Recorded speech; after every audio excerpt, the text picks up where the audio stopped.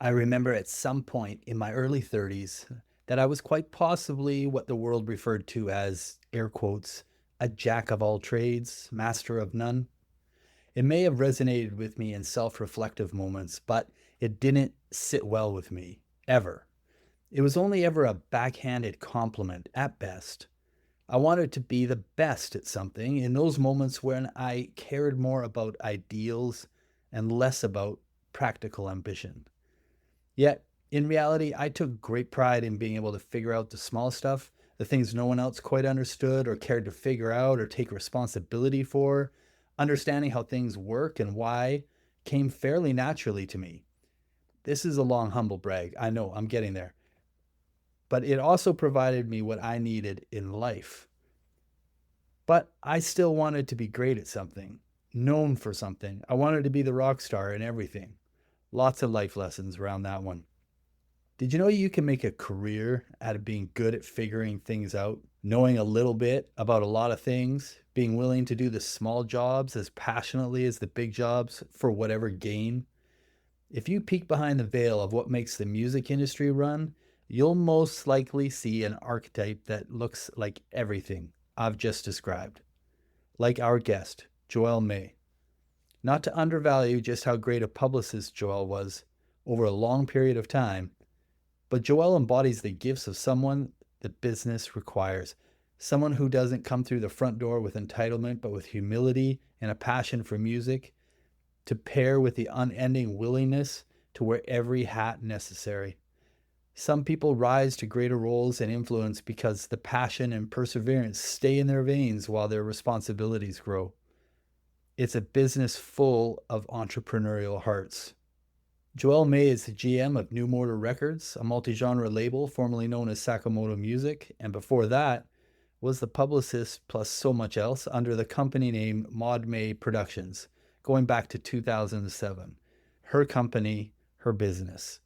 She has been involved in many levels of media, promotion, and publicity, both for her own artist clients and alongside well-known festivals and music conferences and the like over the years. She didn't enter the music industry as a scenester cast-off or transitioning band member trying hard to keep their foot in the music door. She has a mind and a heart for building scenes and developing artists. My name is Glenn Erickson. This is Almost Famous Enough. Thanks for spending your time with us. This is Joelle May.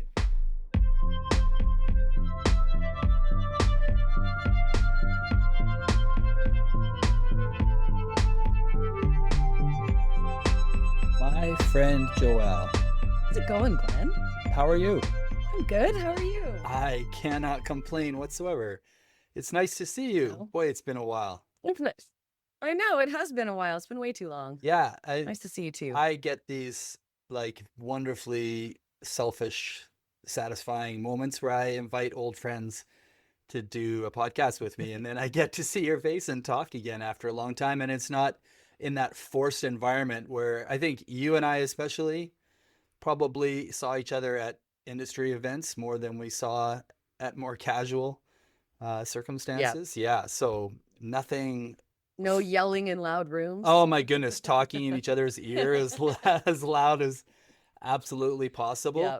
Um, let's see. You're a veteran. How are your ears? When did you start protecting your ears being in this business?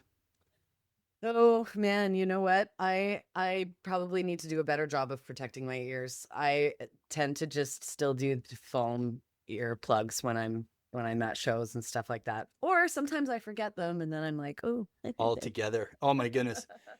Yeah. yeah, it's really important though. It's something that I need to get on top of Yeah, for sure. I'm starting to get a little bit worried. Like I even was this guy who didn't wear them on stage because I wanted I loved the raw. Oh, I lost you for a second. Oh, are you there? Yeah, I'm I'm still here. here. Okay, you're still there? We're going? Okay. Okay. I Yeah, we're good. I had lost I wouldn't wear them on stage because I wanted to I know I loved the feel, the natural, the everything. So yeah, Mhm. so I I'm a little bit worried. And then so now my kids got me these really nice expensive ones to take care of Oh for yeah. Christmas. And I was hosting a metal showcase on the weekend and emceeing it. And I got there and I was like, oh shit, I forgot the nice expensive ones. And this is like the night that's going to destroy me more than ever. So front of mind. And then I just thought, man, if we've always seen each other at gigs and showcases and shows, I just thought you must, and you were like, were you a punk rock person growing up? Yeah. Right? I Yeah, thought so. definitely. I'm still a punk rock person. Yeah, I didn't mean to frame that like you are no longer because you're a grown up or anything, No, but that's like no. that's kind of where your passion and roots started, right? Yeah, Yeah. absolutely. Absolutely. Even though I have a history of working more in folk and country, Yeah, I mean that's but one of the things I you wanted to know, ask you about today. So Joelle, you like one of the reasons besides just really wanting to talk to you and get your story and perspective on your career in music and music industry stuff in general, since you've been an industry person for so long, but also just you've obviously had some big recent changes that I think are really exciting. I wanted to talk to you about that with your position with this new record label Imprint. And yep. but I also like to find out the backstory of people. And you and I don't think I've ever talked about your backstory with you or had a chat about where you came from. I mean, we You're go right. we go all the way back to when I was in a band. So 2007, I don't know, 2008 maybe, when Yep. and but I somehow knew that you were a punk rock person growing up. So why don't we go back there and tell me sort of what was the magnetic force of music in your life? Because I don't know whether some people end up in the industry after pursuing possibly playing an instrument or being in bands or stuff, and some people just are Yeah. adjacent and have those skill sets and fall into it. So I'm curious, kind of the very young Joelle, what was the magnet of rock and roll for you? Yeah, and I actually kind of did it the backwards where I worked in the industry for 20 years and then got in a band. Oh, that's cool. But initially, I don't know. I think I always had a passion for music just growing up, you know. My my mom and my brother and I would go on little trips, day trips or whatever, and my mom would always have the radio on the oldies station, and she would be singing along with tracks, and I learned, of course, a bunch of those. And that probably is what started, just like singing along in the car with my mom to the oldies. Um, and then she really encouraged that. I took piano lessons when I was a kid, learned how to play. And I think the first time that she ever bought me concert tickets for my birthday was for my 13th birthday. And she bought me tickets to another roadside attraction. Oh, And I wow. took, yeah, yeah, it was like the first version, the first time it toured through. And I took two of my friends from school, and they were not nearly as into music as I was into. They were into it enough to be like, this is fun, but they were not so into it that by the end of the day, because it was an all Yeah. day festival, um, by the end of the day, they were, sitting up on the grass and kind of like, oh, we're tired. We don't really care. And I was like, but the Yeah, tragically I was hip. gonna say you've been waiting all day just to see the Yeah, hip. I've been waiting all day just for this moment. And I went down and I climbed into the pit basically, and I weaved my way through Oh, I people love and it. ducked between legs and stuff like that and got up to the front barriers and had my, you know, that moment. When the when the Like, uh wow, I love when this. the whole crowd would start going up and down to 100th Meridian, like whenever they Yeah, dropped it in, that was yeah. really great. Now, was the first another roadside attraction, was that the one with Midnight Oil, or was that the second year? Midnight It was the one with, Because I I heard. don't know, because I went to both. I went to a couple of them, so I might get the bands a little bit confused, but I'm pretty sure Ziggy Marley was at Oh, that one. okay. I remember Matthew Sweet was a thing back then. Yeah, that was the first Um, one, I think. You're right. Blues Traveler was another one. Okay. Oh, That was a really? great band. Yeah, okay. Yeah. So I'm a total. Oh, no, you're right. Okay, you just helped me piece it together. This is awesome. So I went to the first one where they have Big Valley in Craven, big country festival in Mm-hmm. Saskatchewan. So they Yeah. used that whole area and stage for another roadside attraction but that was the year with Blues Traveler. I think that was number one. You're right. Number two, I Yeah, went to in Edmonton, and that was at the old football yeah, practice stadium that was beside Commonwealth. yeah. And shoot, I'm missing. Was it Hot House Flowers was on that? There was anyhow. There was a really I feel interesting like there was lineup, some early but Julie Doiron bands on there too, yeah, and things like the Inbreds and Rheostatics maybe were on that yeah, bill some of too. the extreme Canadian indie bands that really kind of made a Yeah. difference. So that's the first. Would you call that, like, if you're doing trivia, are you calling that your first concert? As I said that, I was like, that may have been the one that really impacted on me, but actually no, my first concert was New Kids on the Block. Oh, see, that's good trivia too. That one, that's pretty great. Yeah, that was my first concert. I think I was like 9 years old or something like that. And I just screamed the whole time, Yeah. as you do. It feels like, do you think we're in the 90% that most kids' first concerts are in an arena? It feels like most people's first true concert, they call their first concert, so often is some big act that was coming through that Yeah. their parents kind of I decided to let them go. I bet you that is because I mean, when you're a kid, what other venues do you have when a lot of music shows happen in bars and things like Yeah. that, right? Yeah. I believe I also saw Fred Penner as a little kid. My mom brought me to that show when I was a Yeah, I toddler. guess I that don't remember counts. that one, but yeah. I still count New Kids on the Block as the first one because I don't actually remember the Fred Penner one. Well, there you go. But I do remember loving Fred Penner as a kid and watching his show all the time. But you got to have your trivia answer at least handy and narrow that down because it Yeah. seems to come up enough times in our lifetime. Okay, so Yeah. that's your first show. You're in your young teens.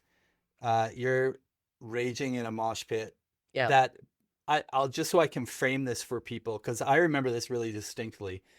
So, like, it's Tragically Hip playing essentially huge outdoor venue, like, so massive crowds down, basically just what you would see in an arena, right, as the floor thing. It's all floor. So Yeah. everybody's Yeah. floor.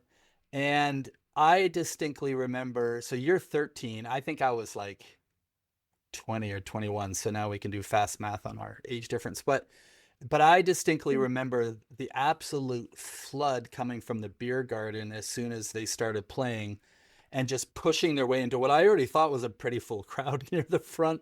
And it was just Yep. straight push of all these guys from the beer garden, which I remember being like, that kind of looks like that sucks. But That was the advantage of being 13 because I was small and little and I could, and I was a kid, so people weren't being awful to me, right? So yeah, because we're still squeaking Canadians at through a rock people, show. just People are going to gonna, be nice to you. yeah, That's pretty awesome. So exactly. that's a great picture. I just had to frame that picture a little bit better because I think that's an awesome picture. So you're into it right away. And so Yeah. what kind of was the path of loving music from that point on? Were you trying to go to more shows or? Yeah, well, I definitely started going to concerts as much as I possibly could. And then of course once I was of age and able to go and see bands in bars and things like that, that was a regular thing that I did. I didn't work in music initially. I actually started out my career in the oil and gas field because growing up in Alberta, you know, Mm-hmm. it Mm-hmm. that's what happened. And I did that for almost a decade, probably about 9 years in the oil and Did gas what business. exactly? I did land administration, leasing, basically negotiating with people to have well sites on their land Okay. or pipelines across Okay. their land and all of the regulatory approvals and everything that is required around that. And I did that for a long time and it was just I just sort of happened into it, really. I started out as a receptionist, and worked my way up in that job. And then suddenly almost a decade had gone by and I was like, what do I actually want to do with my life? This Mm. is not how I intended things to be. I didn't want to just be office lady Joelle forever. Yeah. I always pictured myself doing something, I don't know, it's just something bigger, more exciting, I Yeah. guess. More than being really good with contracts and forms, probably. Yeah. That is an advantage to me today I was now gonna that I say had so much there's a knowledge bit in of a dealing with crossover contracts. for sure. Yeah, Yeah, crossover. for sure. or negotiating, dealing with difficult people, those sorts of things. In the Definitely music skills that I acquired business? in oil and Come gas on. that transfer. Yeah. Yeah, 100%. Right? Oh, the other thing I notice about it too is that the more you advance in the music business, the more bullshit you have to endure. I Yeah. always thought when I first started out in the indie business that I was like, oh, when I get more up into the commercial business, everything will just be easier. That's not true. You think that's because we make an assumption about it must be a more well-oiled machine and a better machine, and Yeah. people aren't as uptight, everyone's just doing their job, or all Yeah. of that? Yeah. Yeah, that's Yeah. And it's not interesting. the case because everybody at the higher up levels too, also, they're just making it up as they go along too. And the stakes are higher. So, Yeah, that's but yeah, yeah. anyway, I did the oil and gas thing for so long. And then, I guess it would have been probably about 2006, early 2007, that I, with some friends of mine, the Velo brothers, you know them quite well. Sheldon Velo and Jason Velo were in a band called Polygesters, Yeah. their band. And they had, and I was often going to their shows and helping them load gear and all sorts of, helping them sell CDs and whatnot. And they had hired a publicist. Her name was Patty McNeil. Mm. Um, she was an old radio personality from Montreal. She'd moved to Calgary, Yeah. and they hired her as their publicist. And that was the first time that I ever actually found out that publicist was a job, basically, music publicist Yeah. specifically, right?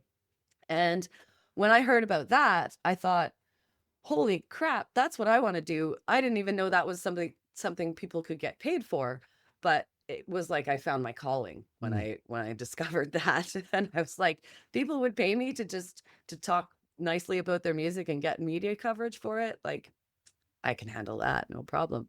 And so I started my business, and Patty, she helped me out. I call her my mentor. I think we only had maybe a few conversations where I said, I think this is what I need to do. And she was like, yeah, that's what you do. I guess that And I just counts went for a forward. mentor. She did give me my first client. She had, because, she was getting lots of inquiries and couldn't handle them all. So she did hand over my first client, which was a guy named Billy Manzik, who lived in Calgary for a few years and was a bit crazy. Probably still is a little bit crazy. Nice guy, but a bit off kilter in some ways. And so that was it was like straight from the frying pan into the fire, Yeah. but it was fun and I enjoyed it and I kept doing it. Yeah, so what were the parts about Publicity? I've talked to Jen Fritz this season. Mm-hmm.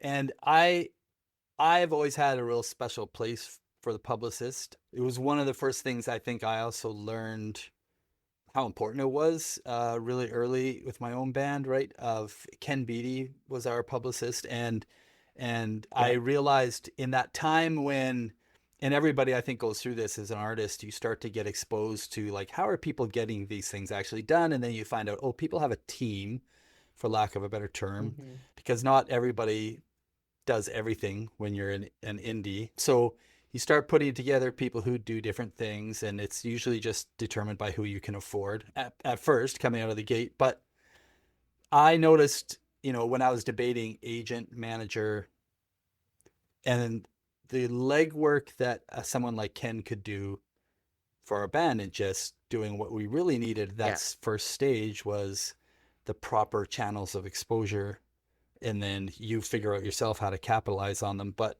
Yeah. how important that was. So I'm curious, in those early days and the kind of artists that you were working with, what were the aspects of Publicity that were really kind of taking up most of your work to be effective? I suppose in the beginning I started out, it was a lot of independent media. It was a lot of community and campus radio. I did, I used to do a campaign, send out a press release, and I would mail out 200 CDs to reviewers, to, all to Canadian radio on the campus and community Yeah, level, not so much on the commercial yeah, level with the indie bands. But and then, local newspapers back in that time, local newspapers had entertainment reporters back then. So if you had a band coming through with a show, you'd call that person up and you'd hopefully get a little article written about your upcoming show. Yeah. You know, it was a lot easier and there was a lot more media back then too. It also was sort of, as I got going, so did the time of the blogs, of the music blogs. And there were so many of them for Yeah. so long that, That and was the big I did an shift, awful lot of outreach to that. right? That was the Yeah. big shift Yeah. because the print equivalent of blogs was maybe like the street rags that every major city had at least, right? Yeah. So they were kind of in Yeah. between the zines, which would be probably only the biggest cities in Canada probably really had really active zine developers. I would Yeah. guess, but And those were usually in a particular niche, scene too, right? Yeah. super Yeah. niche, and generally really shitty. But I guess that was part of the charm of a zine. Um, Yeah. but the street rags, like in Edmonton, we had two. We were lucky to have both View Weekly and C Magazine, and for a while the Georgia Straight, although it really evolved into more of a publication than in the early days. But Exclaim got their start being a much smaller publication. But all these cities Yeah. had those And things. Beetroot back in the day. Beetroot and We had Beetroot Prairie too. Dog, and I was around in Regina when they started the Prairie Dog. Yep. So those were really, yeah, the other place that preceded the evolution into blogs. But let me ask you this, Yeah. because you said like you went straight from maybe I don't want to do this anymore, in the oil and gas industry to, this meeting and this sort of like aha moment of like, oh, look what these people are doing over here, which I'm guessing had the attraction that it was in music too, that obviously had a Mm-hmm. real luster to you. But then you Yeah. said like you just started your own company and just started doing it. Okay, that's where it falls off and Yeah. is not normal. So, and I'm wondering if it was just the era or the time, or was there nowhere to go do that work for somebody? Did that even cross your mind as an option? Like, I need to go and do this, for a label or for another a publicist that I'd apprentice with, or Yeah. It probably wasn't until I was more into it that I realized that those could be, jobs that I could get or anything like that. It didn't even cross my mind when it first, when publicity first came across my plate. I jumped on it so hard and so much, and I was so passionate about it that I didn't even think about any other way of doing it. I was just like, this is what I'm gonna do, tunnel vision right into it. yeah, And I started the business. I still worked in oil and I quit my full-time job in oil and gas, and for the next year I just worked contract stuff in oil and gas, and I worked 3 days a week, and the rest of the time I was building up the business.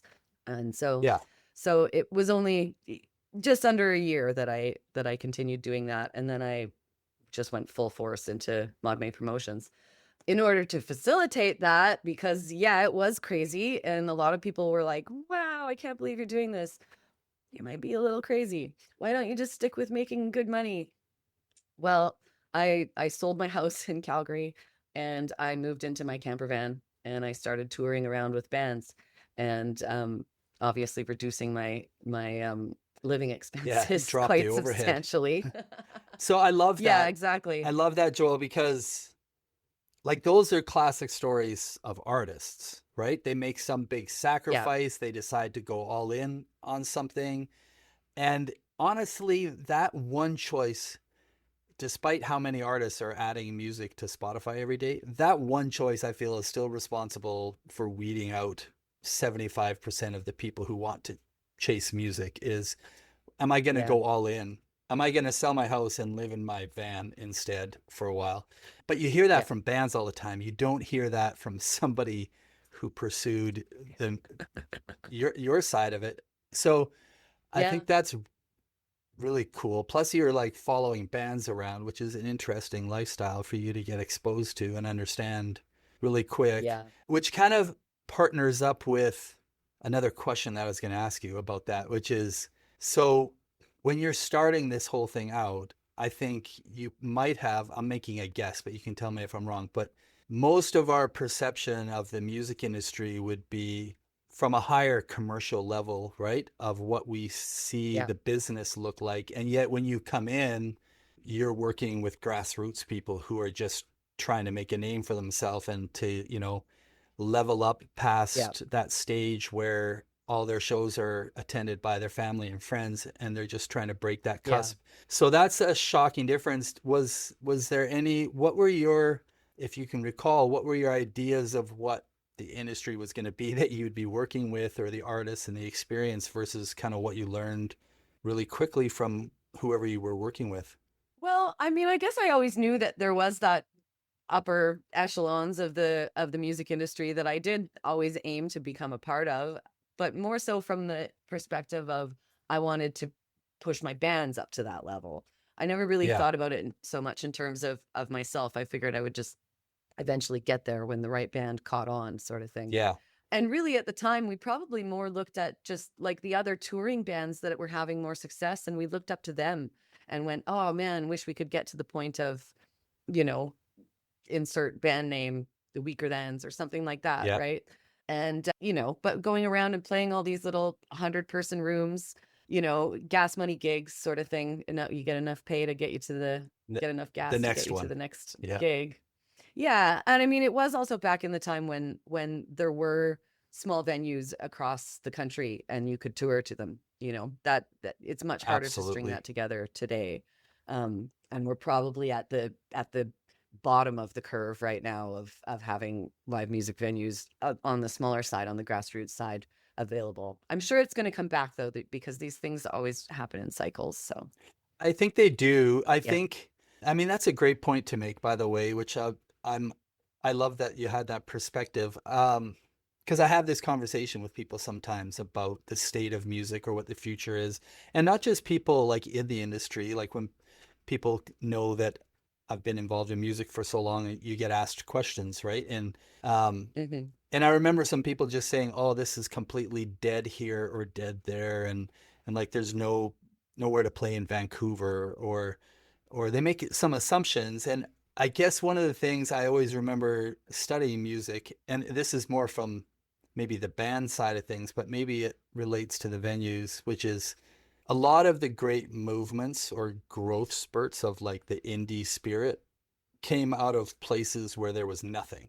In other words, Hmm. that entrepreneurialness that goes with, I feel, the music artist lifestyle of I'll have to go and Yeah. make it myself. If I don't have a place to play, I'll go make it myself, right? If I don't have the Yeah. right look, I'll go make my look. I'll make my outfit myself, and or whatever it is. So I've seen that a whole bunch, right? Where scenes, and they talk about that being what happened in Montreal and back in the day, and I remember, Yeah. even you probably even remember too, those early 2000s, there were a number of bands coming out of Regina which had like nowhere to play at all. I remember like they had the indie venue for a long time called Channel One, which was where a lot of indie bands would Yeah. tour, and then that shut, and then all of a sudden, bunch of The bands. Exchange, was Yeah, that in Regina? yeah, the Exchange. That yeah.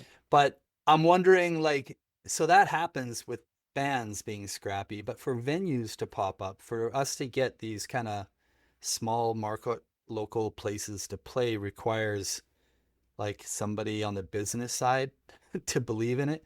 Yeah. So I told you I hosted this metal show, and it was in this little place called Black Bar on White Ave, which I had only heard of the Mhm. name and stuff. And it's so interesting for me to walk in and feel like this is a place that I would have walked into 25 years ago, kind of feeling Yeah, I love it. it could be a Toronto bar when you walk in, honestly. And and they're playing shows they're every weekend, right? They're running shows all the time. So somebody who's running that place has to probably be willing to lose money for the love Yep. and the belief of it. And I feel Yep. like, is that the primary reason that we're losing these places and they aren't coming back fast enough, is that there's not enough people willing to lose money for the love of it. I mean, the story of this classic Yeah. sidetrack in Edmonton was, that the rich guy's son kept it going forever, even though, it had that train attached to it, and it in the winter you couldn't keep all the cold air out in the amount they were paying for heating. Like a total act of love, right, to keep that thing around. But I don't know what your Yeah. thoughts are about Yeah. that, or how we bring those venues back. I mean, how we bring them back, oof, that's a tough one. I think you do, like you said, you kind of need somebody who has a crazy wild idea and a passion for it to start doing it, and then figure out how to make it work or create a scene, I suppose, around it. Mm. And then that scene hopefully will become somewhat self-sustainable. Um, but I think, I mean, obviously problems of affordability are probably the main thing right now, is that, like commercial real estate, ridiculously expensive rent Yeah. and things like that. Um, like you were talking about sidetrack in Edmonton, it made me think about the railway Yeah. here in Yeah. Vancouver, and how, I mean, that was a legendary venue. How many bands got broken out of the Railway Club, tiny little Absolutely. place in Vancouver. Um, but it was so legendary. But I mean, it wasn't sustainable, because when the rent is 20 grand a month or something like that, how are you gonna pay your staff? How are you gonna turn over as much money as you need to pay that much in rent and keep the business alive? Yeah. It's just, the numbers just don't add up. So what I'm seeing now, and as we were talking about, there is a huge diminishment, I guess, in Vancouver of live music venues, but I see them cropping up in in the corners and in the unlikely spots, and in one of the biggest venues right now for live music, for local live music, and even some touring bands in Vancouver, is a place called Green Auto, which is actually, it's a film supply shop. Like, they do Mm. textiles for film. And so, like big green screens and Yeah. white screens and blue screens and stuff like that. And then they just push the tables all off to the side and open it up, and they're a music venue at night. And it's fantastic. Like, it's currently the place where all the bands want to play in Vancouver, because it's where you're gonna earn your That's really name, cool. you know? So it's like, you can't keep a good thing down. It'll crop up.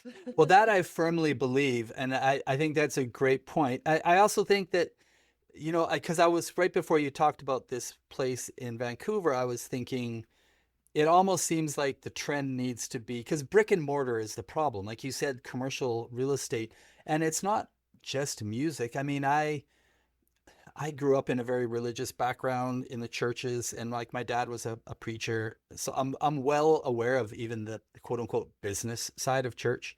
And one of the Hmm. biggest problems was always like the amount of, like, once they invested in those great big new buildings they would build, right? Then the sustainability of that changed almost the nature of the business, right? You couldn't have Yeah. a whole bunch of altruistic, let's just feed the poor. I kind of need some people with deep pockets to now come to my church so that I can sustain this stupid Yeah. building forever.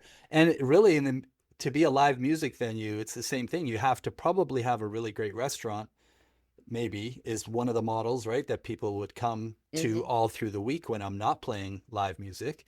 You also have to Yeah. choose your niche, not to scare away people that might want to come and enjoy your food or something. Like, it's a delicate balance. So I was thinking, Yeah. you need a venue that you don't have to be committed to the full-time sustaining of the brick and mortar, but you'd like to have some regularity. So the option that you just discussed, where somebody who's not classified as a live music venue, right there, a different business, can Hmm. also turn what they do into that. And then you rely on that, that spirit Yeah. of the people who love something different in music Yeah. to And really, that DIY spirit, yeah, that entrepreneurial DIY spirit, for yeah, sure. that's really Yeah. cool. Okay, so we sidebarred, but that's what I absolutely love to do. So That happens all the time with me too. So yeah, I love it. So Maud May was born. Yeah, so your like entire publicity company was born, and you've run with that right up to fairly recently. Like, when did you officially kind of shut that down? Even like 4 years ago, 3 years ago? longer than that, really. But I sort of never shut it down officially, because I always thought, well, people know me as that, and if anything happens, it's something that I can fall back into. So I ran Mod Bay for about a decade, and of course, didn't just do publicity the whole Yeah, time. I I I can still considered myself a publicist, and I invoiced people as such, but I did a lot of management work too, and I did a lot of grant writing, and I did a lot of this and that, and in the midst of it too, one of my artists decided he wanted to start a folk festival, Oliver Swain, and so we started a folk festival together in Victoria and ran that for a couple of years. yeah. until that became unsustainable, sadly. And, you know, back when I started too with the Velo Brothers had started a music festival in Carstairs, Alberta called Mountain View Music Fest. And I helped them run that too. So I worked in a lot of different aspects. And then I think it was, what was it? I guess 2016 was a year that was just a slow year, right? Like it was, things were going well for me, you know, as far as reputation and everything like that goes. But I ran into a year where I didn't have a lot of albums to help release, and I didn't have a lot of tours, and I was like, oh dang, how am I going to make enough money to live this year? And so in 2017, then I decided maybe it's time to, you know, hang up the hustle for a little bit and get a salaried job. And I applied and got this job at Sakamoto agency, which was a booking agency. Yeah. So another total new aspect of the industry, although it's not like I never booked gigs before. I definitely had booked lots of gigs on behalf of artists too. And so I started that in 2017, and it was really good because it was stable. It got me into the world of country, which I hadn't worked in before. And so, you know, so I discovered that new aspect. But probably the thing that I didn't like about it was that it made me kind of have to, like, I faded back into the background as more of an administrative kind of type person for a number of years, and was just doing, like, I did all the marketing and promotions work for the agency. I did all the, you know, show logistics. I did everything but booking the shows, you know, operated the website, sent out all the press releases. Like I did all the publicity stuff, all the marketing stuff, and then all the show logistics. And then, well, and then COVID hit. And of course, when you're a booking agency and you're in the business of gathering crowds, and then a pandemic hits, you're kind of hooped. Yep. And so we decided to diversify the activities of the business in order to create more sustainability. And one of the things that we wanted to do was start a label. And I put my hand up basically and said, I would like to be the one to run the label because, well, it was something that I had always thought about, you know.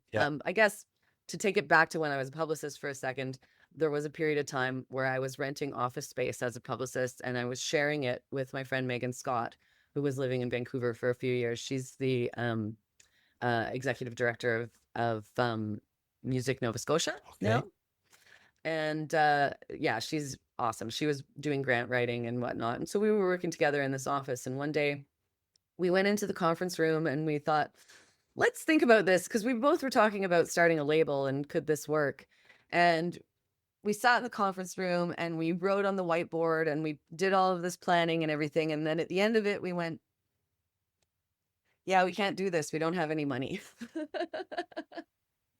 It's funny because we can't do this unless we had money. I was just thinking when you were saying that, because it's funny, because I think I've always been of the opinion that the number one riskiest role to take in this entire industry is the promoter, because you can technically lose your shirt on any night, depending on how big risk reward you're going to swing.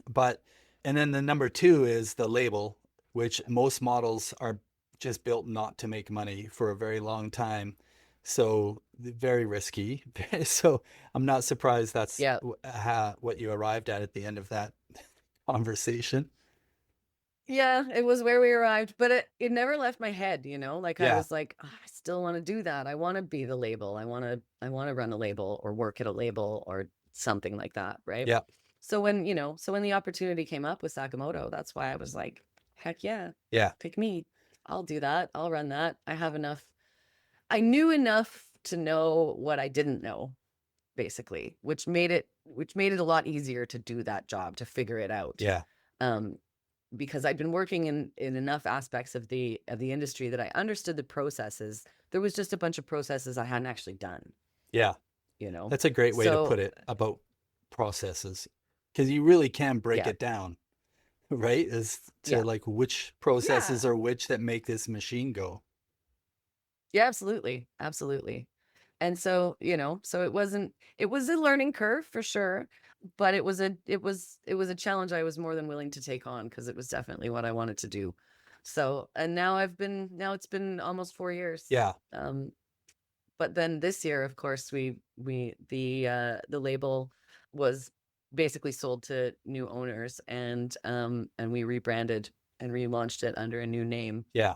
and have also sort of updated the mandate to still work in country, but not be limited to just country, which we were more under Sakamoto music. Yeah. So the new label's called New Motor Records Yeah. too. New Motor Records. So, Yeah. so when there's stuff I'm going to want to go backwards in your timeline in a second, but we're That's here right fine. now. So I'm going to ask you this question because like everything that I sort of, it didn't look to me like you were running like a label when you were in Sakamoto. Like you had a number of different titles, and I Yeah. assumed you were just like with most of these, you were just doing everything and wearing the hats. It doesn't sort of matter what the title is by that point. Yep. Um, Yep. but then when the new label was announced as, you know, New Motor Records, like there was a very strong attachment to it of being run by Joelle May, you know, industry veteran of all these things, as, you know, probably of your own doing. A publicity, like that was the publicity angle. That was a push Yeah. to saddle those together. What was that choice to make it look that way with the new sort of name and branding and imprint versus how you sort of evolved your role at Sakamoto? They don't seem like they kind of had the same publicity. Yeah. Well, like I said about sort of being a background character at Sakamoto for many years, and having been more of a upfront character as a publicist in the music industry before, I was sort of, to be honest, I was sort of itching to get back out there and be like, "Hey, everybody, I'm still doing this, and this is what I'm doing now." Because if you in this industry, if you're out of sight, you're out of mind, right? Mm-hmm.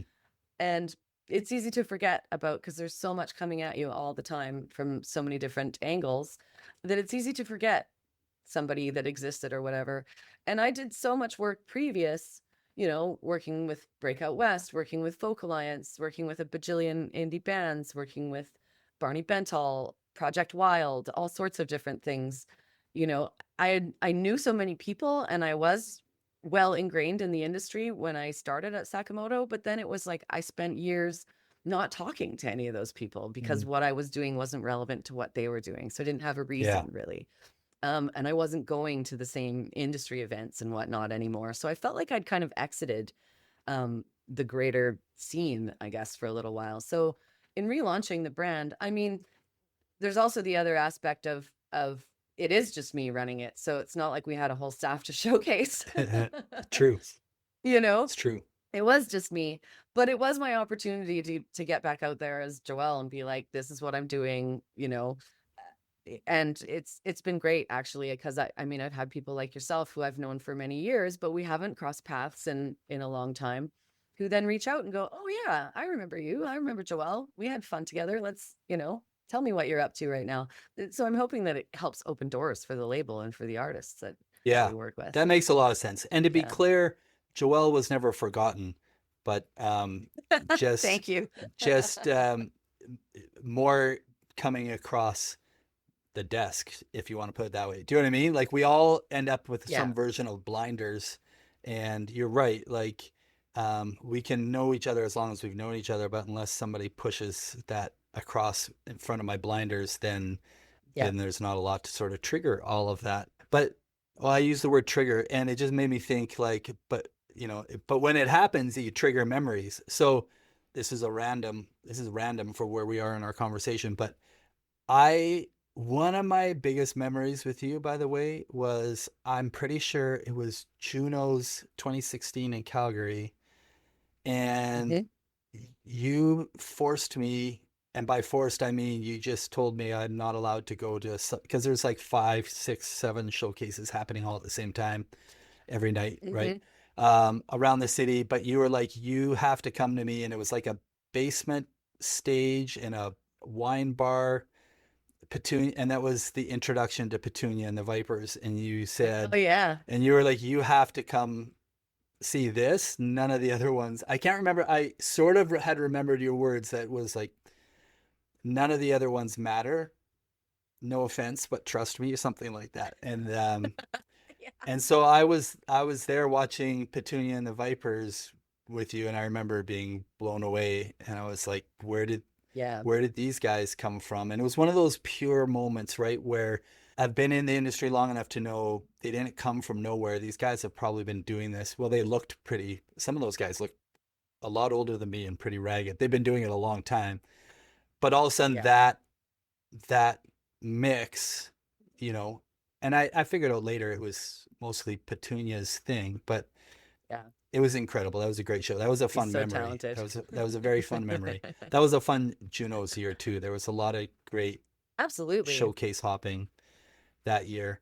I want to ask you this because you talked about, you sort of framed your 10 plus years of like hardcore pushing your own publicity company, and you sort of described it Hmm. at the start of even going all in, living in a van and driving around with the bands that you were working with. So you really started with the rock and roll life, which I can see Yeah. why that would feel like such, you know, a really a harsh chemistry on your system to all of a sudden be in the background and just doing all the admin work, which you're really good at. And I can relate to, Yeah. by the way, is because the whole reason I got into all the business side of this, of being on boards and music associations and grant funding and running a label myself for a while, was because I understood that side of the brain, for lack of a better term, of the business. Yeah. Yeah. Um, Yeah. but I loved the after 5 p.m. I loved being with the people and going out and being in the club. I would rather do all my business where the music's playing, right? So I totally get that. Same. And, you know, the 10 plus years of that, and you described it as the hustle that it takes. And a lot of the hustle is like not 9 to 5, it's after 5, really, to make a lot of stuff happen. Yeah. Um, Yeah. I guess there's two things I'm curious about you personally, Joelle. One is how, even to now, even though you're a little, like you said, back out a little more, but the pandemic was hard on those of us who lived that life. I'm Oh wondering yeah. how you've dealt with the change of that not being sort of as front and center. But I'm even more curious about, was it really hard for you to build relationships, either like personal relationships with people or connections, or even sustain friendships other than the 500 sort of surfacey friends that we make in the music business? What was your personal Oh, experience like in I reflection? definitely learned. I learned that that those that you think that are your friends, and I don't want to, I'm not calling anybody down for this or anything like that, No, because no, this, we all but know it. you end up spending so much time with these people, and you're like, oh, we're the best of friends. And then when I started at Sakamoto, and I wasn't doing publicity for all these artists and whatnot, and they just sort of all exited my life.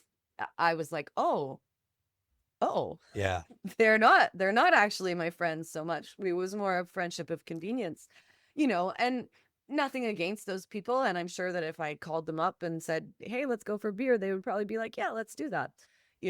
It's definitely a thing about this industry. You gotta really watch. You learn over time who your friends are and who is just being your friend because they want something from you. it's not And nefarious. That's what you're trying to say, no, but it's true. no, It's not at like all. Yeah. if they don't need something from you anymore, you know, Yeah. are we still gonna, friends? Are we still gonna call each other up and just go for drinks or not? Yeah, we're not doing coffee and computers anymore together or whatever, right? Yeah, Yeah. So, you learn, but I mean, at the same time, I got to say that the music industry, I've never found a place where I felt like I belonged more yeah, to, man. you know? Yeah, okay. I love that. I relate to that so much. I mean, if I'm going to be really vulnerable, like I developed, which is, been a super extrovert my whole life. And I Yeah. saw this coming, though I didn't pay attention to it before the pandemic, but the pandemic super triggered it, which is Oh, so I much. developed social anxiety at this stage of life, Mm. where I would drive myself all the way from my suburb home to the bar downtown Edmonton, and I'd sit in the car Yeah. I wouldn't go in. I And think the pandemic did that to all of us yeah, to a certain extent. and Yeah. I don't know what it was, right? It'd be so hard to go in. And I just wasn't ready for all the hobnobby bullshit. I guess I just needed something real. And Mhm. I felt maybe Yeah. similar to you, it's hard finding out who your friends really are. And I've experienced that a few times, which is why I was curious for you, just what you had experienced before. Like I said, I grew up in the church. Again, a massive built-in social network if you're plugged into a Big church. time. I even worked in one coming out of college for a while. It was a big church. I had such a massive network. When I quit, it was amazing how fast the phone stopped ringing. And I used to have Hmm. 7 nights a week booked for me. Yeah. And Yeah. and I experienced that then. And then when the wheat pool ended, I couldn't believe how soon the phone stopped ringing again of all these people, right? And so you Yeah. go through that in these places where we have built-in social networks, and yet I think maybe people don't realize, that doesn't feed the thing that we all really want, which is some actual deep connection with people, right? Yeah. Absolutely. You're right. I think the pandemic kind of did it to all of us, and it definitely did it to me too, where, because I was also an extreme extrovert, as you were very well aware. Mm-hmm. And I'm less extroverted now. I'm definitely not an introvert. I don't go that far, but I appreciate my solo time or my, more deep, intimate one-on-one time with people now than I probably did back then. I mean, obviously we're all craving that deep connection for sure, Yeah. or to be seen really, I guess, for who we are and what we're doing. But these days I more struggle with it, not so much in the sense of like I don't have the FOMO anymore. I don't have the fear of missing out That's on great. things, but I struggle with the do I stay at home and snuggle in on my couch and watch Netflix or whatever, or should I be out there discovering bands and stuff like that? Like I know that Mm. I'm getting older and stuff like that, and that I'm not, with the 20-year-olds in the scene and stuff like that anymore. But I still want to know what they're doing. I still want to check it out, and I still want to hopefully work with it if I can, right? Yeah. I guess I am approaching these things in a little bit different manner now, where I don't need to be on the scene to be seen anymore, but I do want to be on the scene to make discoveries for sure. But the discovery has to be different. I You mean, know, we already talked about the live music changes in our landscape, and that's essentially like how people are discovered or found. Like when you say like I'd like to be out there, there's actually nowhere to get out to anymore in the way that yeah, we used to, right? It was like, oh, I'm gonna go sit on bar stools and rub shoulders with people, for a few times, yeah. and all kinds of things came out of that. But getting out and being seen or discovering bands is so different now. Like how do you do that? Well, these days it's been a little bit word of mouth. Thankfully, since I did, announce that this is what I'm doing and whatnot, I've had a lot of people from my past reach out. Like I had a producer friend reach out recently with a new artist and say, "Hey, I've got this guy. I've been producing his music. He's really got something going. You're the first person I thought of, and Mm. send it to me." So I love that. I want people to do that, through Music BC, for example. They run showcases and whatnot all the time, discovery showcases, and I get invited to those sometimes, sitting on panels as an industry guest, and going to award shows or conferences or those sorts of things still keeps me sort of at that level. Yeah. However, when you're at those, like, and for discovery, I mean, when you're at those though, that's when the bloodbath potentially happens, because you got an artist probably that's right at that level where then all the labels are like, Everybody maybe I wants, do want yeah. that artist, Yeah. right? And so then you got to go in and fight for it. I would personally, of course, rather discover the artist sooner, and lock that in and then present them to the rest of the industry. But I mean, don't we all want something like that? It doesn't always work that way, right? Yeah. I don't know if you remember Yeah. Breakout West in Regina. I don't know, maybe it was like 2013, 14, maybe. I can't remember. 2012. It 2012? was in Regina in Do you 2012. remember Yeah. Harpoonist and Axe Murderer and the That was Yeah. a bloodbath, wasn't it? Wasn't everybody It after was an absolute bloodbath. total buzz? Absolute bloodbath. And those guys, I actually ended up hanging out with them most of that weekend of Breakout West, because they were pals of mine from Vancouver, Yeah. and I knew them. And so I remember, and just I was kind of happy to not be in the big bloodbath of it. But I was pals with them, and they thought enough of me that they did hire me to do publicity Mm. on one-off events for shows and whatnot. It was, so I got my work out of it there. But I completely remember It's that fun to that watch absolute from the bloodbath. outside, right? Yeah, Um, yeah. And I remember that Regina was 2012 because 2011 was Whitehorse. And okay. do you remember the Whitehorse I year? didn't go to the Whitehorse one. Whitehorse. Oh, you didn't? I You missed missed the it. Whitehorse year? That was We were on, legendary one. we were on, no, I can't remember where we were. I couldn't make it. I don't remember. You were on tour or something Maybe. like that. Hey, and I remember that they did a drawing on the last night of the Whitehorse one at the whatever bar it was that we were all at, and everybody put their business cards in a jug, like a beer jug, and they did a draw, and whoever's card they drew won their delegate pass for the next year in Regina, and it was me. I actually won. It's like maybe the only time I've ever won anything like Pretty that. great. And so I will never forget that Regina was 2012, because that was the only year that I didn't have to pay my own way to get there. My hotel room was comped, and Well, my delegate badge was comped. that's And why those so, things are so yeah, important for the industry people when they do show up. And I don't know if bands always respect this enough, that everybody's paying their own ticket, not to just yeah, go there. And because, right, the bands look at it like all those industry guys, you all just hang out and talk to each other at every show and venue and then move around, and it's like feels like a hard shell to crack or whatever. But mm, you guys invested so much to be at all these events, and it's your own pocket, and there's nobody's paying and yeah, expensing all that kind of stuff. So it's really important that stuff happens for you, that you're able to make some connections and make even some business happen. That's why you're yeah, there in the first place.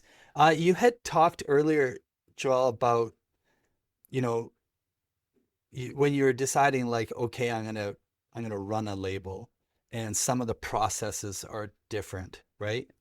And so I mhm, think you're referring to like the processes of publicity and sort of where it fits in the cycle of artists and business, yeah, right, are one thing. And if you're a booking agent, it's a it's different. It's in the same cycle, but there's a different set of processes and different set of yeah, relationships and type of things that you'd have to sort of figure out. Not all of them could be put in an onboarding manual, obviously, right? So there's a lot of the in between. yeah.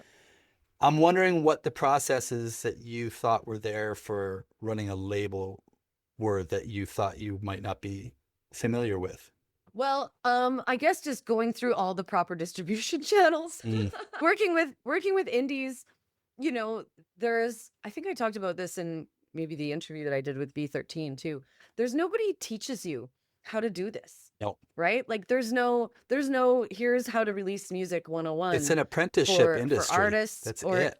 yeah, it's basically it's trial by fire. It's go in and figure it out, and nobody teaches you this. So the I don't really want to, I'm going to say the sloppy way we released albums when I was working as an indie publicist. Wasn't really sloppy. I mean, we were planning it out the best we could, but it wasn't going through all the proper distribution channels, giving enough lead time necessarily, those sorts of things. I mean, this was all prior to the days of Spotify and whatnot too. So things have changed completely since the invention of digital streaming Yeah. as well. Back at that time, we were releasing albums on CDs, right? Like it was like you were putting it up for sale on your Yeah, website, and you were selling determining it at shows. the only thing determining your timeline was when you had to learn the hard way not to book your CD release show to when the manufacturers told you they would get your CDs back to you, and then the amount of bands that Yeah. booked the show and then the shipment was That had a late release show with with no no CDs. Yeah. CDs. But I mean, the new version of that if I hear what you're saying is like there's more platforms involved that are third party, and Yeah. they're going to determine your timelines and processes for you because you Yeah. have to fall in line with how they do things, right? It's a much longer process when you're working, more in the upper echelons in the commercial music world sort of thing than indies just being like, I'm going to release this tomorrow. Yeah. I would never do that. I'm like, I have to have a month's notice at least, Yeah. 5 weeks ideally between the time that I, upload a song to a distributor and that it comes out. I need that.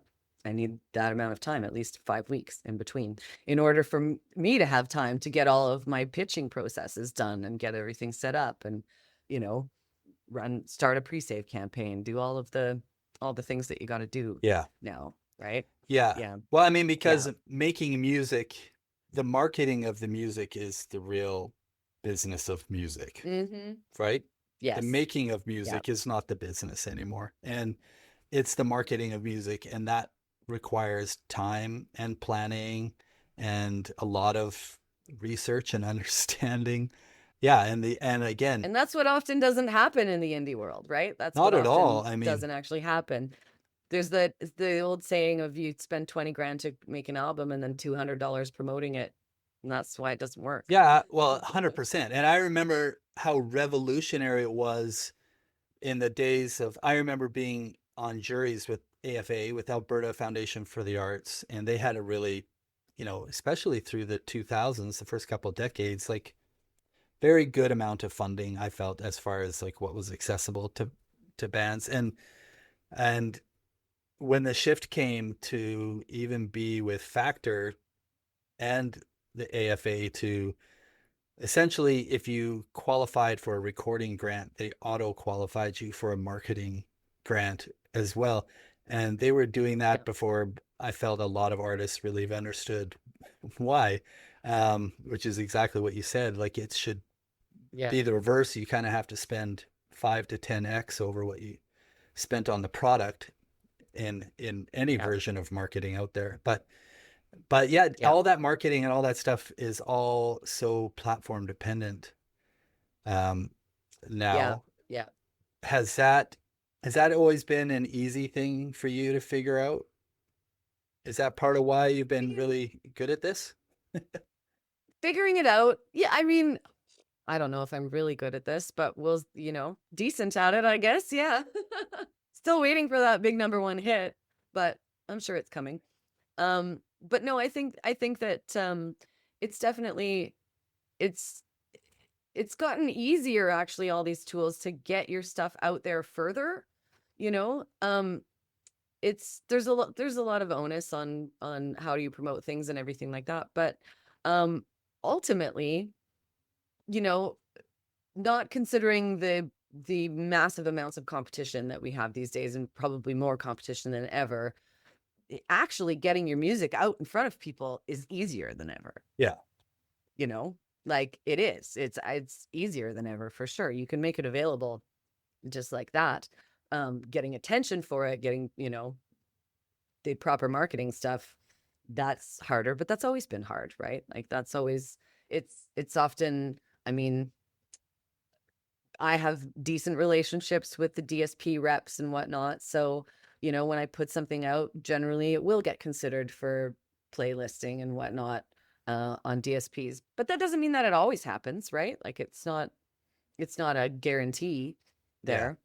And But you just do your best because you try to have those relationships and do what you can and put out the best music that you can. yeah, I mean, that's the part that's never changed is the relational side of this industry. And by the way, you use the term Yeah. DSPs, and anybody listening, that's digital service provider, if you're wondering what she's talking about. Spotify, Yeah. Apple Yeah. Music, Amazon Music, those are All of DSPs. them. Yeah. And yeah, and so having that access is important. I mean, I I think the curator still holds a power that you referenced the blogs when the industry shifted for you in publicity to online, and then these music blogs were popping up everywhere, and they really became tastemakers, essentially. Yeah. And then, you know, a magazine like Pitchfork essentially, they grew into their superpower online, right? This essentially the Yeah. same thing.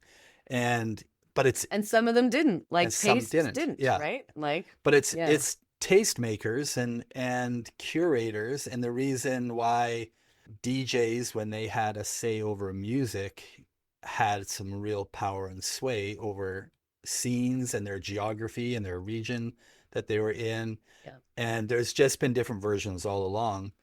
And right now, the people who curate the biggest playlists on your DSP are the ones who have the biggest amount of influence. I said this in a Yeah. recent thing too, which is actually, I think it was my intro for my recent episode with Mike Adele. I was referencing a fascination of mine lately, which is we put so much attention and weight historically on the artist, the people who Hmm. have this unique, like God-given, universe-granted skill to put words together in a special way, make us feel something. And yet the editors have had the real power all along, right? Like, Yeah. I don't know how many books were written for the Bible, but some a room of dudes in the 15th or whatever century decided how many were going to make this book, right? Like, think about Yeah. the influence of that. Like, journal editors, You're right. It was the it's editors. the editors, like every newspaper article, like no matter what angle that writer sees, it gets to our eyes depending on if an editor made it say it. And the music industry right now, I feel like those playlist curators are just editing, and to a degree, maybe this is what worries people, AI is editing Mm-hmm. the algorithms which put music in front of our face when we have our blinders on and show us Yeah. up. So I think it's really interesting that you brought up relationships. How do you build those relationships? Is it still old school? Do you have to show up at events? Are they, because I feel like those guys are more veiled and Yeah. hidden than anybody in in Oh, in my yeah. 25-ish year history. Yeah. Yeah. Definitely. Oh, you're right. They are the most veiled and the most coveted and difficult relationships to achieve, Yeah. for sure. It's, I guess, I mean, in my days as a publicist, nobody handed me a media list or anything like that. I went out and got every single media contact that was ever on my list: Mm. radio, print, blogs, whatever. Um, and so I've never been afraid of the cold call, and it's worked out for me because, I like people. I'm good with people, right? Like, Yep. I actually do genuinely like people. So it makes it a lot easier for me to approach somebody and be like, "Hey, new friend," you know. Um and generally then people react warmly to that too, and then you've got yourself a new contact. And of course, from there, it doesn't just end there. You have to then be pushing stuff to them that they're going to like, or that they're going to at least recognize the value of. Yep. And so that is what really helps build your reputation with somebody too, right? If it's a curator, you send a song and they go, "Oh man, I love this. I'm going to give it a cover," and whatnot, then they're going to pay more attention the next time you email them or the next time you call them and say, "This is the next new thing that I have for you." Yeah. Right. Yeah. And that was something that I always maintained as a publicist too, that has transferred well into my role of managing the label. Yeah. I totally get Yeah. that. I mean, I'm like, this is the first time I'm starting to experience it. Our mutual friend, I'm sure, Chris Winters, was telling me Hmm. what to maybe expect. He's like, you're going to stick with this podcast for a while. You got to like keep it going because perseverance always wins in the music business. And he goes, and then you won't Hmm. have to worry. He said, people are going to start bringing people to you to, and but then I've also recognized what you were just saying too, is like the great ones are if somebody's like they get me. Like it's really nice to feel Yeah. like they understand. Like when somebody says, I think this person would be really great, and then they are, then you're like, yeah, you build a Yeah. huge jump of trust meter there with somebody. But when somebody comes to you and says, "Oh, you should talk to so and so," and then I was like, "Do you know me?" at all? Like, anyhow, so the opposite And then you're can be like, true. why? It's Yeah. like, I thought, Or you end up taking that and then it becomes a train wreck conversation. And then you're like, oh, I'm not going to take that person's advice yeah, again. that's the thing, You right? Is know? you're like, you have no choice but to file that information away for sure. Yeah. Um, Yeah. so tell me about the record label right now and what are kind of the big exciting things on the horizons, or what are the things that are, even if you want to tell me, what are the challenges of running a record label in 2025? I'd be really so interested. Well, I mean, in the transition, a lot of artists sort of fell off the roster or we didn't continue on deals with some of the artists. So in the transition, we came across with only like 3 artists. Um, Aaron Goodvin, who's been on the label basically since it started, and he's the biggest artist on the label. He's got hundreds of millions of streams on his catalog and whatnot, and actually really the biggest for our label too, because songs that we've released for him have several million streams and things like that, and have been radio charting songs and things like that. But so we had Aaron Goodvin. I signed a new artist, actually, who I'm very excited about. Her name is Paige Rutledge, and she's from Ontario. And our next song with her is coming out October 24th. And it's really, really good. I can't wait for people to hear it.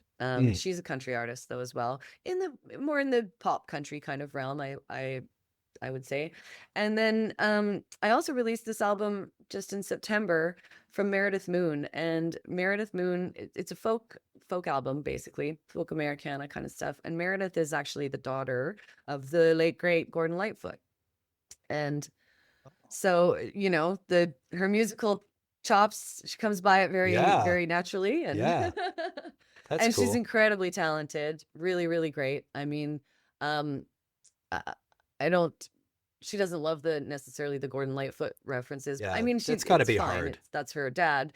But of course it definitely is. Nobody wants to earn their own, like their reputation based on somebody else. They want to get there themselves, right? And I Yeah, completely you respect want to that. be And I the think, Wallflowers, not Bob Dylan's son. yeah, So yeah, exactly, right? yeah, Like it's like you can say, yeah, that's Bob Dylan's son, but the Wallflowers, made it big on their yeah, own, basically. yeah, And it always helps to have a little leg up on something like that, like personally, I'm not afraid of exploiting that information if it's going to help.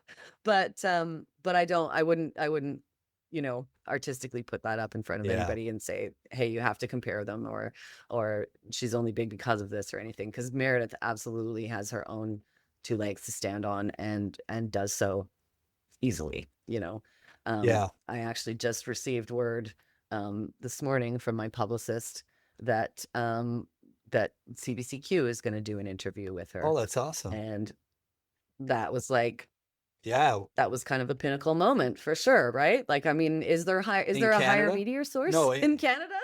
no, and it's not just that it's the CBC, but it's like that's a great show, and Tom's like an incredible interviewer. Like Oh, there's he's so there's a good. reason it's also Yeah. the pinnacle for sure. So I think that's a fantastic thing to land. Yeah. It's funny to hear you Yeah. even just say, "I just heard from my publicist." It just feels like so ass backwards to hear you I know that I say have a that. publicist Yeah, now. that's pretty amazing. Yeah, it's a good feeling, believe me. I mean, I miss doing publicity in some ways, but holy moly, it's so lovely to have people on your team that are great and know what they do, know what they're doing. Yeah, And my particular publicist, I also think I was able to hire the best publicist because I'd done that job so much that I know who's good and who's not good at it, for right? sure. Yeah. Okay, I want to ask you this question, and I'm going to ask it sensitively. But when you said, they were talking about doing a label and diversifying, and you put your hand up, I immediately guessed that nobody in that room had any version of like hesitation in letting you run it in any version of sexism, I think. Also because I Yeah. know some of those people. But I guess I am curious in the aftermath, like since then, again, because you said like now I'm out there again and I'm running a Yeah. label and there's like There's Shauna DeCartier with Six Shooter. Is there anybody else? I don't know of, Who but runs a label? Oh my gosh, yeah. like it's a narrow. Oh, geez, I never thought about that comparison with Shauna. What an honor. Yeah, for sure. Like, I mean, we all look up to her in the industry for, right? She's a yeah, powerhouse. absolutely. I'm just Yeah. wondering, have you gotten like those weird, I guess I'm just curious, like how the industry reacts and whether there's any bleeding sexism that's still coming through. I have these conversations with my daughter all the time because of the age difference and Yeah. the perspective difference. And I like to believe, because I remember what it looked like 25 years ago. I like to feel like we're in a better place than 25 years ago, but she's very quick to point a lot of shit out to me, and which is great Yeah, it still and happens. important to do. And I guess I'm just always curious firsthand when you move into a role of leadership and where there aren't a lot of women in our industry that have gotten there. Um, Hmm. I'm just curious what has happened that way for you.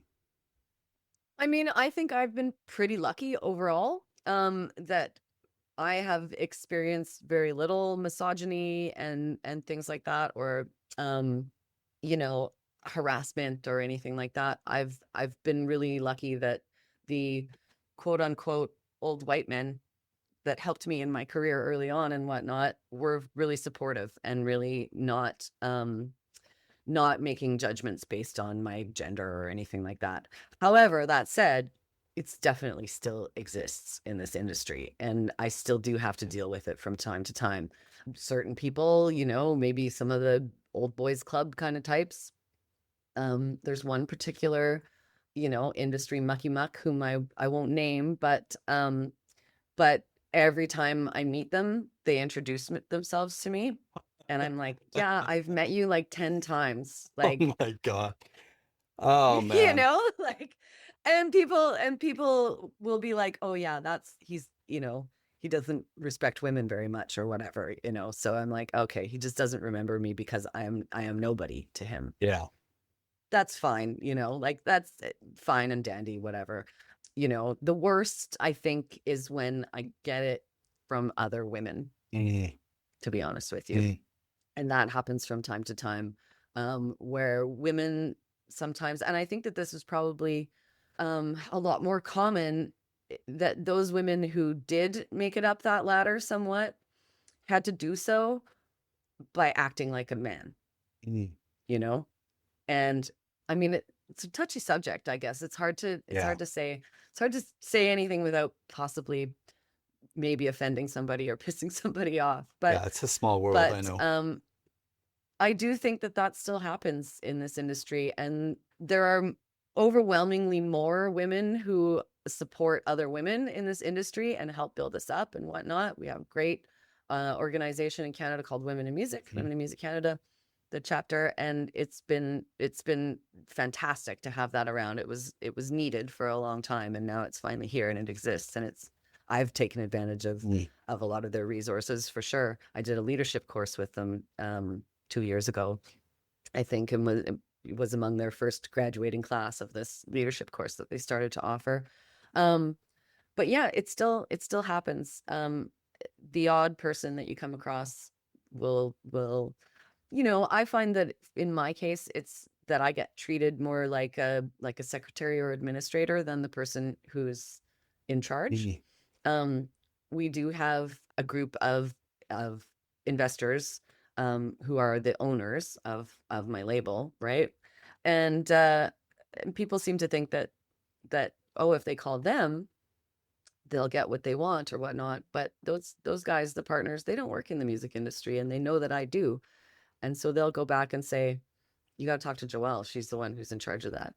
But that them going above me is not because it's because they think they'll get further with the guy than with the girl, Yeah. or that I don't have the authority. That guy has the authority, sort of thing. So, I mean, it happens, but I mean, I don't focus on it. I don't um let it ruin my day, you know, Yeah. because like I say, for overwhelming majority of people are supportive and helpful, and It's been long enough, I think, too, that this has been something talked about in the industry, that attitudes are changing, and people are supportive, Yeah. The Women in Music Canada crew that I got in with there a couple of years ago doing that course, they've all become my close friends, right? We support each other. While we were all in the course, we were in a WhatsApp group, Mm. and we still message each other in that same group, all Is of that the us a group couple of that years later. Robin is involved? Yeah, Yeah. Okay. Yeah. yeah, yeah, Robin from, yeah. well, she used to run Breakout West, right? And then, yeah. Yeah, So, yeah, that's when I worked for Breakout yeah. West, it was under Robin. Yeah. Well, I Yeah. mean, what I've always known about you, Joelle, like, I'm not surprised that you don't let it ruin your day, because you've been like a wonderful, let me put it this way. I need to put this the right way, because I think that you've like been a no bullshit person, which Thank if you. you've Appreciate if you've that. hung around in the business, either that's a developed skill or it's a natural skill. I've always felt it's your natural skill to just be a take no shit type of person, which Yeah. is obviously going to come in and be important. But I was going to use the term, you have like a sharp edge to you. And I thought right away that might sound like a backhanded compliment. And I don't want it to, because you're such like a soft-hearted person to be around. I would never want the perception to be wrong, at like how like great a hang you are, and how supportive Thank you you. are of your friends, and how easily you let people in to be a friend, Mhm. which I think is credible. So when I mean the sharp edge, that's just the no bullshit part. I just think that and it's not like we ever talked about it. I just always sense like you're someone who clearly knows your boundaries. You're someone who clearly knew, what where people should like stand in the business, and then when Mhm. people try to overstep, I'm pretty sure you were always fine to point it out. Oh, So yeah. My sense of justice is very strong. yeah, which I think is But a great skill and a great trait, if not just a I really skill. appreciate you saying that. I really appreciate you saying that, Glenn, because that makes me really feel seen, honestly. That you never know really how people are perceiving you until they tell you. Yeah, yeah, And I always hope that people are perceiving me in a good way. Um and because I am friendly and approachable, and I do, every new person in my life is a potential new friend. That's sort of the way I look at life in yeah, general. But I'm glad you noticed the sharp edge sort of thing too, because, you know, being friendly and approachable and open and stuff like that can also be interpreted as potentially gullible, mhm, um, or maybe not as knowledgeable or things like that. And I see when people try to test those boundaries, mhm. right, with me, say something to me that I know is, blatantly false or whatever, and but they're just sort of testing the waters to see, is she gullible? Is she going to believe this sort of thing? Sometimes I think I should just go, act gullible and go, oh, really? Oh, okay. Because then I'll actually have the upper hand. But I don't, like I'm also very honest. Like and sometimes that can be a little bit of a rare trait in this business too. But it's what I'm always going to be. I'm always going to be authentically me, honest, forthright, you know, Yeah. and well researched too. Mm, If I'm going to make a claim, it's going to be because I know that I can back it up. yeah, that's great. Yeah. Thank you so much, by the way. That meant a lot to me. Oh, yeah. I mean, thank you, but I'm very sincere about that. I mean, I've just always known that about you, and always had a super high level of respect, which is why I don't bat an eye when you're like, "Oh, I'm in a comparable with Shauna," and I think of course you are. Like you've earned everything, I think, that way that you have, because it's not just putting in the time, and I joked before about perseverance is essentially why anybody still has a job in music, usually more than any other skill. Yeah. But it's actually, I think, a great combination of a lot of these things that I've always known about you. So um, I I really I was appreciate I it. was really excited, that you were given this opportunity to like be the one to run something, because when you've been doing something for a long time, a lot of us, and obviously you, want the opportunity to be like, what do I do with all of this stuff? Right? Like, I know Hmm. so much about all these different areas. Like, how many roles are left to be for me to put them all together? There's not a lot, right? Um, Yeah. and this is one of them. So I think that it's just a great opportunity, and I think that you're a great person to have the face of a company and to be spearheading and making those kinds of decisions. So yeah, I I feel tell the me. same about you, Glenn. You always have been a top-notch guy, easily approachable, friendly, helpful, accommodating. Oh, I I'm so appreciate it. glad we're doing I this. am too. I am too. I appreciate that very much. So before we wrap up, just tell me kind of what the next thing is. You said you have an artist. Obviously, front of mind for you is like their cycles that they're on of releases and what they're doing. Are Yeah. you, like you said, you kind of had to come out of the gate with just a few and retain just a few. The mandate of your label is to, you know, wander outside of country. Expand. Yeah. So, do you have like a lot of balls in the air that way, or are you working towards some of these? Can we expect to see new Yeah. I signings, things like that? Yes.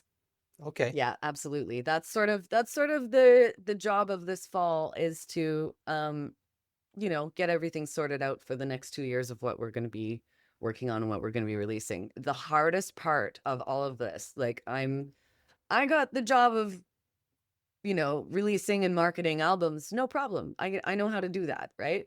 Signing new artists, that's the hardest part of the job, to be honest with you. What It part? What part absolutely of it? is. Just making the call or All making the of right it, call? making the yeah, making the right choice, getting getting getting to know whether or not an artist is going to work with you. Are their songs going to hit? Is this something that I have the resources around me to actually do a good job with this? Mm. That's also, I guess, that's the transition out of country. I mean, I'm like ready right now to sign a punk band, but I'm also not ready right now to sign a punk band, right? In my heart, I am ready, but in my contacts list, maybe I should wait a little while, Yeah, right? yeah. Um, and so, that'll be a gradual transition. But yeah, that is what I'm working on right now is a few new deals with artists and hopefully get some factor funding maybe for the label. That would also be a really good thing to happen finally. Yeah, I agree. And yeah, basically we're just making plans for next year right now. I'm writing business plans, I'm writing marketing plans. I'm doing up deal points to offer to new artists and you know, creating some contracts. That's what's going on right now. And hopefully then in 2026 we'll have a bunch of new Yeah. artists and new music coming out. Yeah. Well, that's Yeah. a nice tie back and a way to close the loop on your first job, which we talked about at the start of all the contracts you probably had to write back then. So, Yeah. skill sets that stay with you forever, right? Which is pretty cool. Well, Yeah.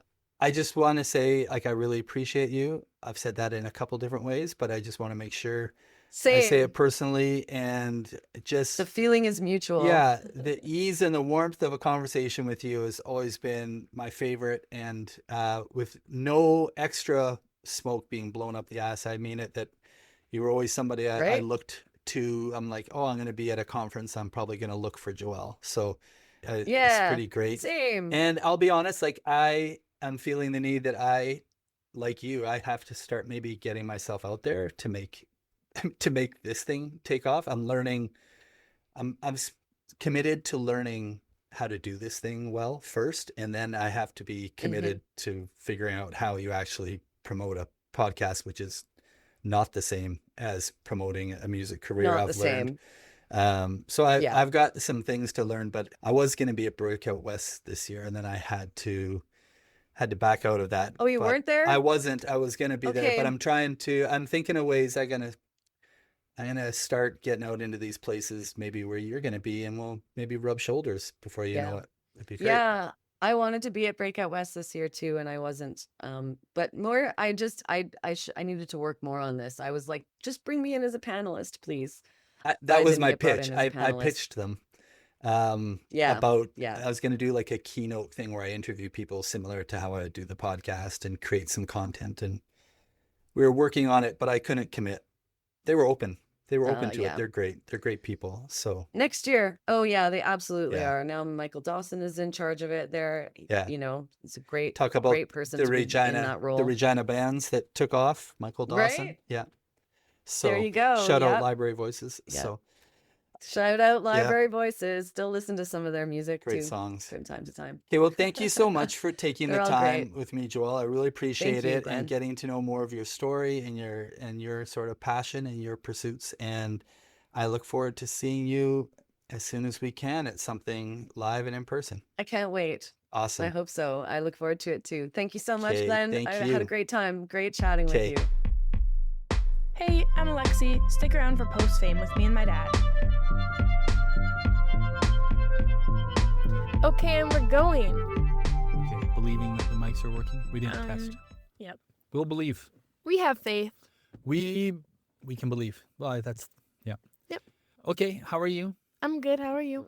I was looking right into the camera and then talking to you as if like we're on Zoom? the Zoomy version, but we're not. We're in person, so like I IRL. like actually talk to you. But then if I talk to you, I would normally like lean over and we'll be out of frame. Yo. But the frame doesn't matter because we never post it. So That's all of true. this is nonsense. You know why? Because you're embarrassed of me. I'm not embarrassed. You shouldn't say that. So welcome to another episode. Yeah. And we had a great conversation with old friend Joelle May.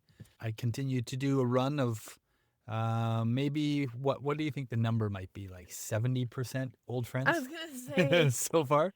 Well, this one and then the I'm next just gonna one. I'm gonna keep milking it. Yeah, the next one's gonna be also a good friend. Not as old as No, Joelle. but a good friend. Yeah, but a good friend. Like, yeah, to the feeling where I like when I ask them, I feel like I'm not doing business. I feel like I'm calling it a favor. Yeah. But that's okay That's because fun. they all act like they're excited to do it with me, That's all that which is pretty matters. great.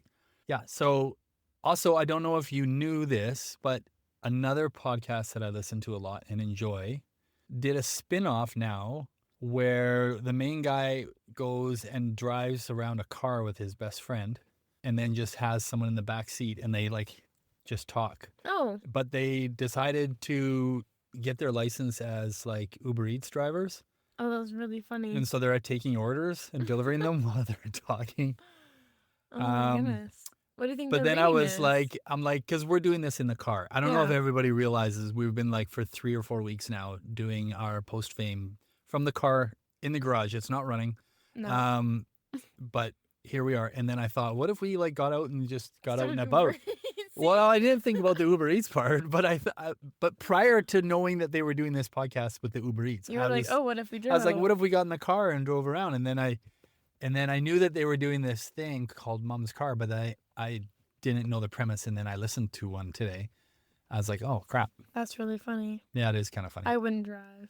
I'm going to make a social post too, but I'm going to say it here. I just want to, in the vein of podcasts, give a little pump up and shout out to our Dan. OG. Yeah, I knew Dan, it. our number one guest. Not He was first. Okay.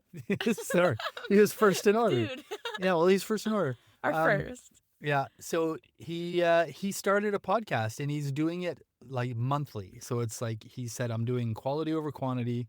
Once a month, he's calling it long form conversation, which is essentially the same thing we do, to have conversations with artists around like, the whole business of exposure and exposure burnout. And I think just sort of like talking to other artists about that life of being on maybe the hamster wheel. I'm going to have to listen to some episodes and find out. That's awesome. But he had a guy from Lumineers that you love the Lumineers because he toured through Europe with them Yeah. and probably became friends. So Great little and start then he for had him. Busy Phillips, who's had a great kind of Hollywood career. She's awesome. And I've seen them interchange on social media a lot. So I know they had a relationship. So Dan's calling in some favors from friends too. That's where I was going with all this. And to get his podcast going. But You're not the only one. I'm not the only one, but I love Dan. And I think if you like all of this talk with artists about all this stuff, anyhow, I think you should probably go and listen to Dan's. That's awesome. Yep. He's got 2 episodes out so far. But we're talking about Joelle. Yes. So Who wears many hats. who she wears said. very many hats. Or has worn. Well, I mean, here's the thing, right? Is that like her career Was backwards. was, well, yes, that too. She said that too. Good point. But the chunk of it was her publicity company. Like when she Yes. flipped into like, yeah, I should do this music business stuff. And then that's the thing she started. And that's what she got known for. And she did for a very long Yes. time. And anyhow, and then I think, like she said just before, and going into COVID, she made some changes, and that's kind of got her to where she is now. But in that, like, in order to succeed, yeah, I think that was a good part of our conversation, right? Which Yeah. is like, she had to wear, as you put it, all the hats. Like, you just have to learn all the things as you go. And she kind of had a great perspective on that, which, I mean, we've talked to a lot of artists. Yeah. So somebody who didn't come into it in the pursuit of being a rock star. I was gonna ask, like, how many people do you know, like personally or just like know of, who like kind of reversed roles like she did? Because I feel like you hear a lot of like artists and then done, or artists and then like go into like kind of the business side. I don't think I've really heard of any of Well, let's put it this way you too. people doing the opposite. Well, if you, in a perspective, so this is, I think, a really strongly defined around a local scene, like to your city. Mm. You know what I mean? So, you know, like cities are trying to produce bands that are trying to make it, right? Yeah. And some of them bubble their way to the top. And that top might just be like, they're for a time known as the best band in Edmonton, or Yeah. the best band in Vancouver or Toronto or whatever, in their genre maybe. Or like some people may just think like they're the best. And that may be defined by like they're getting popular outside of your city and they're going and touring and they're coming back. Or they're just the ones who always draw an audience every time they play at home. Anyhow, what tends to happen is like the band or an artist kind of goes through a bunch of cycles, either with one band or a bunch of bands. You start to have to learn the business, as you've heard from hearing all these artists talk about how they learned to do the things they do, right? Yeah. It's just because you're just forced into, you have to figure it out. Figure it out. But then some of them learn those skills really well. Like when we talked to Kevy, Mm. and he became so good at production that basically he That can took pay over. his bills Yeah. with production now, and then he gets to, not for fun I would say, but pursue music with not the same kind of thing. But what I was trying to say is, you see in your local scene, like a lot of my peers right now, right? Mhm. They were in bands they were spending all their time doing the band thing, and then some of them are the promoters who book all the gigs Yeah. in the city now. I know some who started kind of record label, or they became like, they got their own studio, and that's kind of where their strength was, and now Yeah. they're recording for other people all the time. So that's really common in a local scene. But you asked me, how many do I know that did like her route, where she didn't start with the dream of being in a band or a rock star herself? But I would say I know quite a few, but it's because I got into a lot of things in my life that were connected to the business and the industry Mm. across the country, right? Yeah. So I've seen a lot of the people who do it that weren't in bands. But you're right in the sense that most of them had some version of that's how they started. Mm-hmm.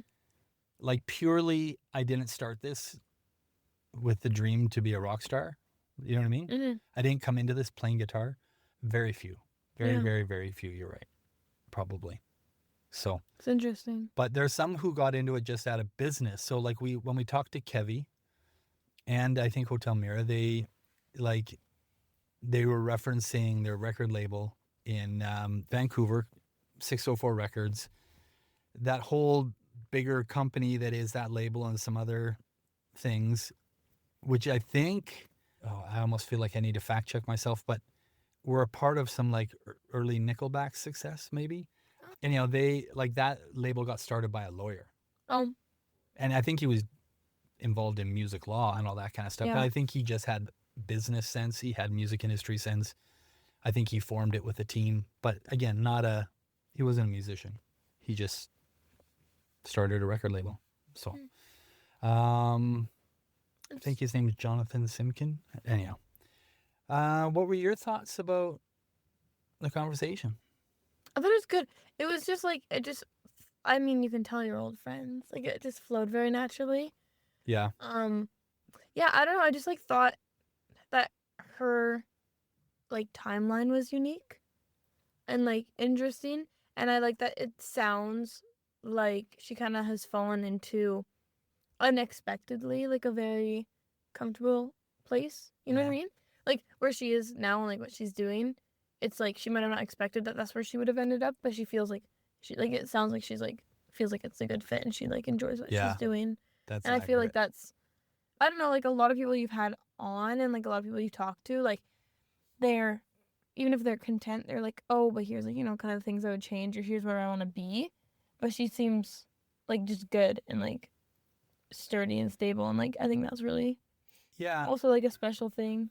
I mean, what resonated for me, well, one thing is I always think even just beyond that this is like a music-based podcast, and I think, you know, just somebody's story and you hear about how they were like pursuing something.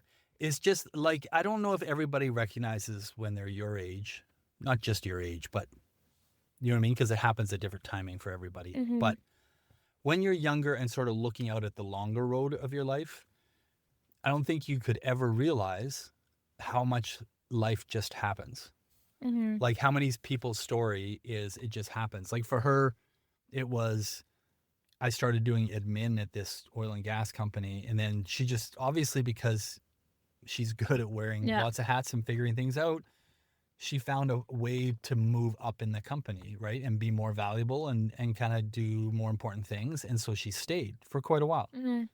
To the point when all of a sudden she looked back and she's like, well, there's most of my 20s gone. Yeah. And is that what I really wanted to do all the way through my 20s? Or do I want? And she's like, no. You know, and she kind of always was a punk rock kid. She had a friend who was involved in the music scene. She got exposed to a possibility and took a chance. And I think that's awesome. But it just illustrated to me how much, and the way you just said, sorry, about it's not like she had her sights set on like managing a record label. Mm-hmm. But that's because she just stayed open to things. And then she decided at some point she needed to maybe pivot a little. That's where she ended up. And life just happens a That's lot. what I mean, that's what it kind of sounded like, which is like cool to hear. Yeah.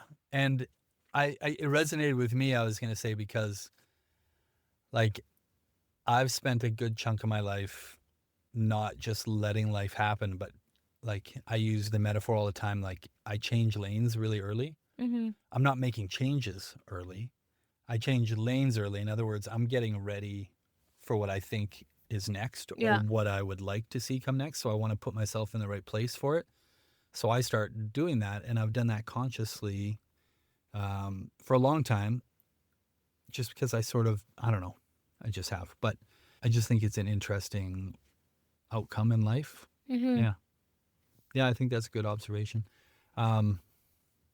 Yeah. You know who plays in Edmonton tonight? Who plays in Edmonton Which tonight? I wanted to go to, but I'm just too locked in. And my boyfriend is busy. But the Velveteens? You can't see shows without your boyfriend? Well, no, I can, but like I don't have any friends who would like go and see them. Is it because you don't have friends because you spend all your time with your boyfriend? No, I spend all my time with my school. Is this another podcast conversation we need to have different? No, because my friends aren't like into that kind of music. They're not into the Velveteens? No, they're not cool enough to be into the Velveteens. Oh, Some of good them. point. But anyways, they don't call you to do merch anymore?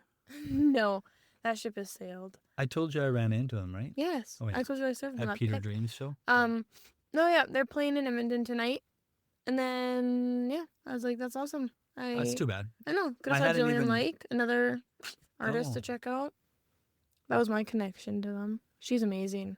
I play her at work sometimes Really? on the mix. That's cool. Yeah, she's awesome. Yeah, I hadn't even seen their name on a bill for a while, so I didn't even know if they were still like making it Yeah, happen. or they if were they just- were taking a break or what they were They doing. just did Vancouver and Calgary, and they're in Edmonton tonight.